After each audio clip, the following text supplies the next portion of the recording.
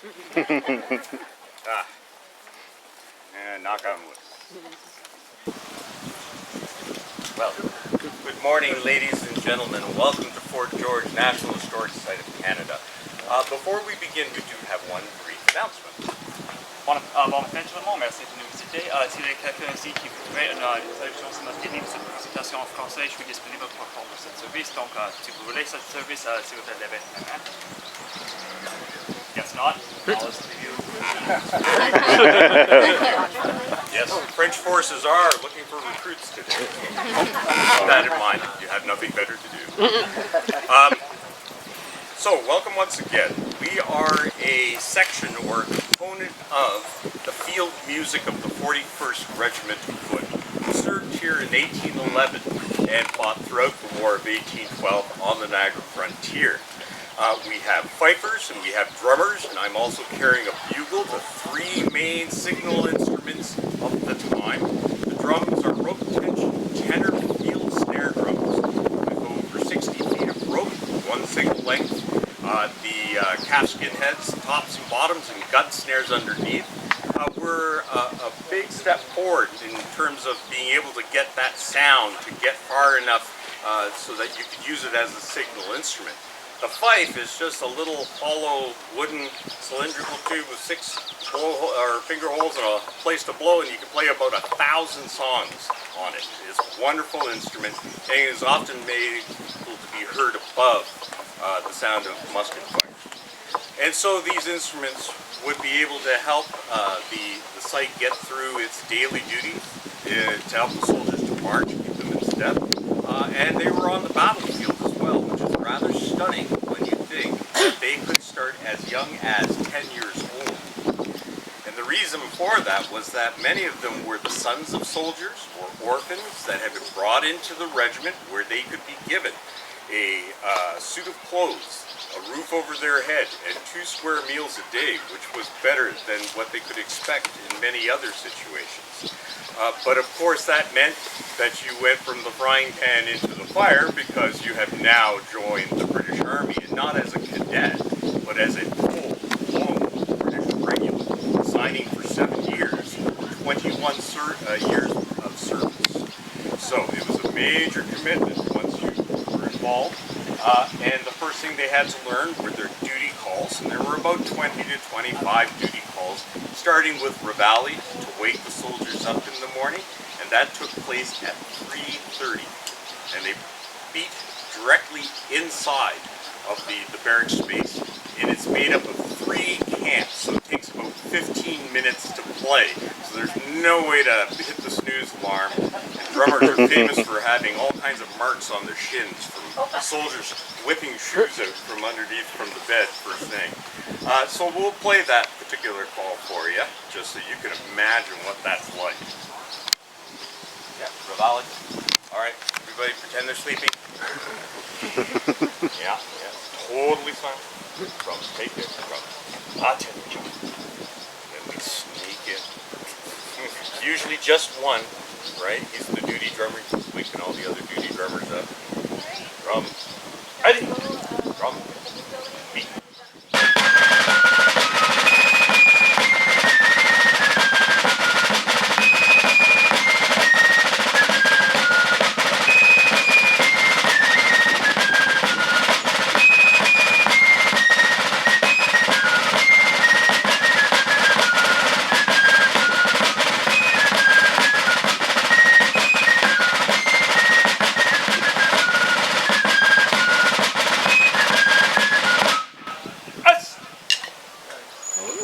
You got to applaud. Yeah, you wouldn't be applauding in the morning. But you can see how carefully the drummers are playing rolls all together. The sticking is the same as well. And that was something new. That was now beginning to standardize the way that you would play drums. And all the way up to today, the rudiments that they play are used in modern music. So the second job was to play on the march. So you're going from place to place. You needed to regulate the tempo, and the way you would do that was by taking a 30-inch step and then keeping the tempo at 75 beats per minute. At that point, you can figure out your miles per hour, and that helps you know where to set up your depot points around the lake, for instance, so that you can supply properly. 50 minutes of marching, 10 minutes off, 50 minutes of marching back and forth. The soldiers didn't necessarily have to be in step either. You could just have a drummer going tuck, tuck, tuck, tuck. That's totally legitimate because that's keeping the 75 while everybody just sort of shuffles along. But if you had the fifes and drums, that was usually a sort of a get all the soldiers up and happy. I know what it's like to march with a big corps. It feels great. You can do miles and miles and you don't even feel it. The drummers, though, also represented the size of the army coming in behind. So to hear tuck, tuck from behind is sort of, who knows what that is, but it clearly can't be too dangerous. You hear this coming towards you. This is a British regular regiment. And believe it or not, the better the music, probably the better the infantry. So you get a bit of a warning as you're marching along. So we're going to show you how they played a cadence or a stock beating, which is just a repetitive loop. And then you place fife tunes over top of that. Again, thousands of songs you could hit. But when you hit one that the soldiers really loved, they would take over and begin to sing. And it was not unusual to hear a piece like British Grenadiers with over 200 verses to it. Some of them a little saltier than the others, so you had to be careful about where and when you were playing. But that was usually a great way to inspire the men. When the Americans marched their troops out of Fort Niagara before the Battle of Fort George, they marched 50 fifers and drummers out front, which meant there were 5,000 Americans behind, and they would march up to the first checkpoint on the American side and then just turn around and go back into the fort going. See you in a couple days, right? So, excellent tool for intimidation. Then we'll talk about how you get sneaky with music too. All right, so here we go. A little cadence and march music.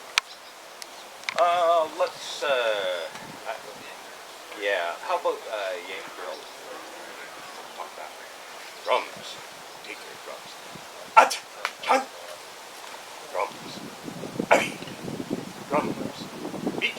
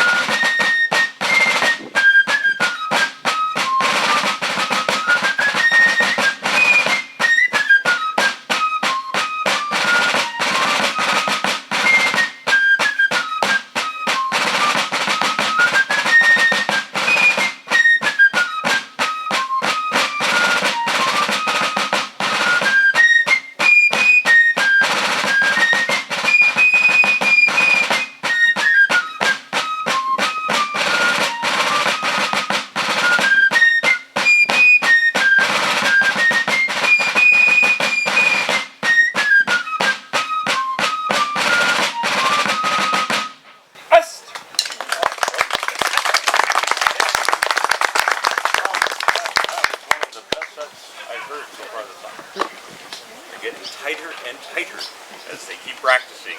And we do in fact have a program here that runs every Sunday, 1:30 to 4 o'clock. Always looking for young people that would love to learn fifes and drums, both boys and girls. So if you have any cousins or nieces or grandkids and you want to get rid of them, bring them down here. That's what happened to me. Roll you out of the van, come and pick you up later. And then when they turn 15, so they start at 10, by the time they're 12, they're ready to play, perform, and by the time they're 15, we can employ them for the summer, and that way they become professional fifes and drums, so they're about 16, 17, and even some going beyond that into university and working as hybrid interpreters here on site. So it's a great process. All right. The first song that they played, did anybody notice what that was? Yankee yell it Doodle? out. Yankee Doodle. What on earth is the British Army doing playing Yankee Doodle? That does not make sense. But if you know the origin of that piece of music, it goes all the way back prior to the French and Indian Wars, when it was written to make fun of the American colonists for sticking a feather in their hat. So how does it go, right? Yankee Doodle went to town, riding on a pony, stuck a feather in his hat, and called it Macaroon. Are you sure? No. Right. Everybody says, is that a schoolyard thing or is that the real lyrics? School. It is, in fact, the real lyrics. And what they're making reference to is the Macaroni Club of London. And what a perfect day today here at Fort George to see the ultimates of the macaronis that are here in their splendid outfits. But these were even more extraordinary. They wore heels and had all kinds of padding. Of course, they whitened their face, huge wigs, so big, in fact, they had to use their swords to put their little hats on the very top. They would also, of course, wear makeup and rouge, and would then have whatever expensive drink that they had at the Macaroni Club while they watched people go by going, just like today, just like Niagara-on-the-Lake downtown, staring at people, right? And dripping with diamonds and all the rest. So how could these Americans, of course, put a feather in their hat and call themselves macaroni? Well, guess what? The Americans took the song and played it back at the British at the Battle of Lexington and Concord, right at the beginning of the American Revolution. And boy, did that get the British mad. They rewrote the lyrics and sang the new lyrics back at the Americans to the point where they could scream out the versions prior to battle at each other, you know, Yankee Doodles, while you're whacking your bayonets and stuff. And the Americans took such pride in it that by this time period it became an anthem of the United States. It would also be used when the Americans captured the town of Niagara-on-the-Lake. What did the band play? Yankee Doodle, as they went down the main street to let everybody know. When the British had captured many Americans, including their band, and marched them through the streets of Montreal, what song do you think they made them play? Yankee Doodle, right? To continue the insult to them. So it went back and forth. So there's the long history of Yankee Doodle that you can tell people now.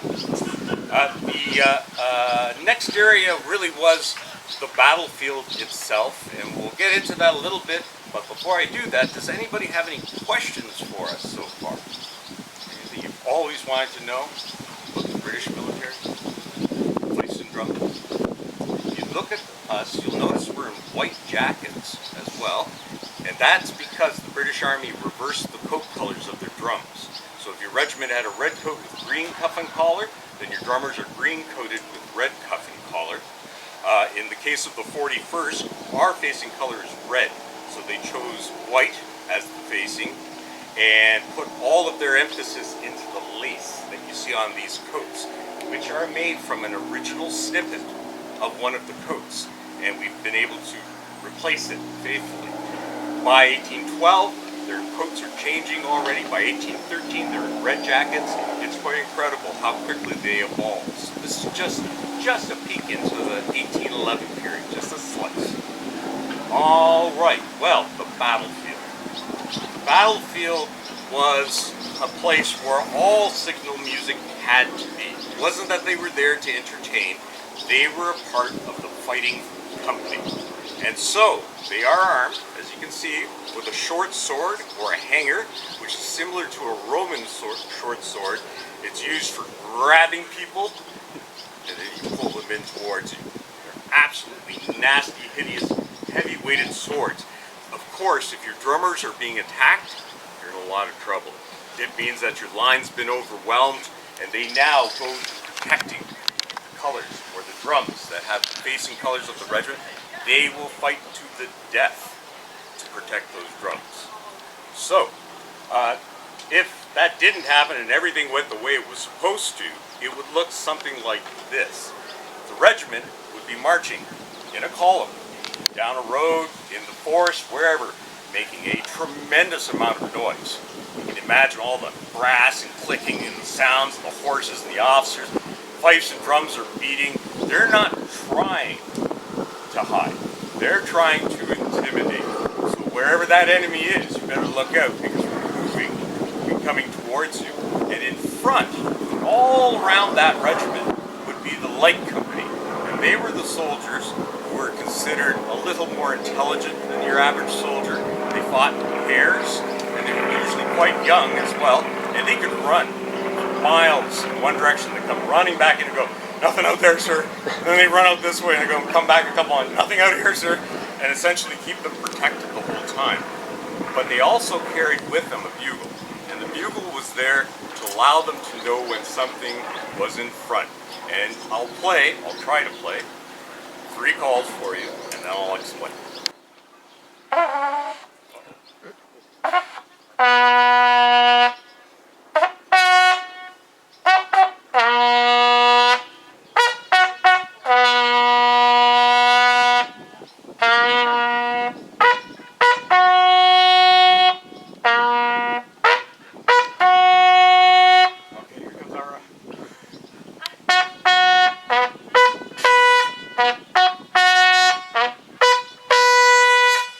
Hopefully they only needed 3 calls. The first one was the enemy is infantry. The second one was the enemy is cavalry. And the third was the enemy is infantry and cavalry. And you can imagine, as soon as that bugle call is sounded, everybody stops. The line stops, the column stops, and you're standing around because you don't know yet if that's your bugler or maybe that's the opponent's bugler. And if your opponent's somewhere in range, they've stopped now too. They don't know what's going on. And that huge regiment that's maybe about a quarter of a mile back goes until the whole line of 1,000 men, 2 ranks deep, so it's a frontage of 500, are now preparing to face you. The drums, the colors, the colonel leave the front. They go to the center, and here's the critical part. They go behind the line, because if your drummer and some fifers are in front, they all die on the first volley, right? Okay, so you then placed your fifers and drummers down one, down the other to the company so that you could now sound signals back and forth. And by the way, I could play those bugle calls as drum major back to the bugler so that they know that we have received that call. So we're all locked up at this point. The line now is prepared to fire and preparing to cease fire. That's what fifes and drums are able to help with. So I'll have the drum sergeant beat, the prepare, and the cease.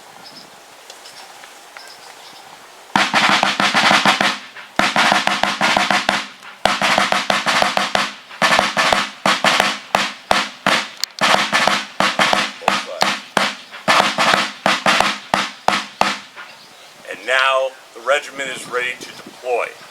Once they fire that first volley, it's chaos. Smoke everywhere, people are yelling, screaming, you're ingesting black powder, you're getting dry in the mouth. It's very, very hard to stay steady. And the fifes and drums now turned to their secondary role and ran out to help the soldiers that were getting wounded. Getting water to them was the most important thing they could do, and probably about the only. You can imagine a 10-year-old trying to drag a grenadier. I don't think that happened. I think they just did their best to make them feel comfortable. They would then also help act as powder monkeys, and that's where you're putting powder into the back of the soldier's cartridge box, and they would be acting as messengers for officers. So they were very, very busy on the battle. Very good.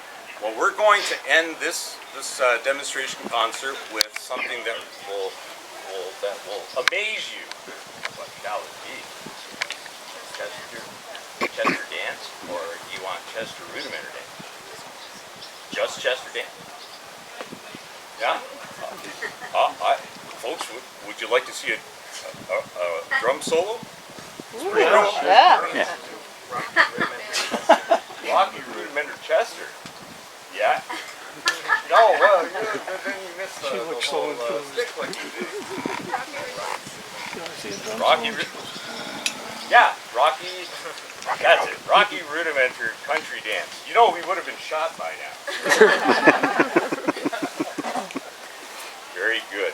I hope you enjoy the performance, folks. This is a series of pieces. The drum solo that you're going to hear is a piece written in 1945, and it shows how those rudiments that you had to learn are still relevant, and by the end of the Second World War, they're still playing this in the United States. So if you study today percussion in high school, this is a solo that you might perform for a Kiwanis festival. So that's how much contact there is all the way back. And I'm going back to bass drum. Take that.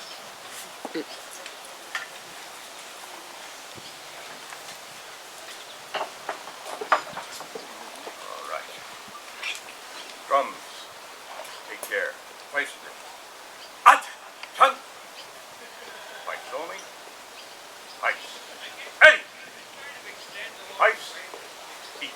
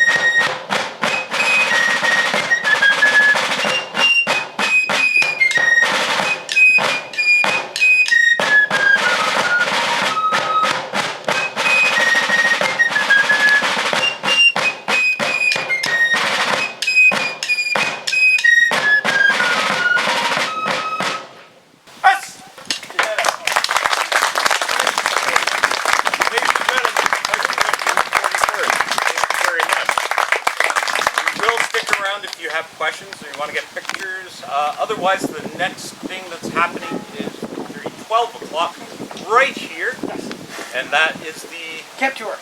The camp tour. Man, I want to come on the camp tour. That's actually very interesting. You never get to see those things. Very good. Thank you very much, ladies and gentlemen. Have a great day at the site. Thank you.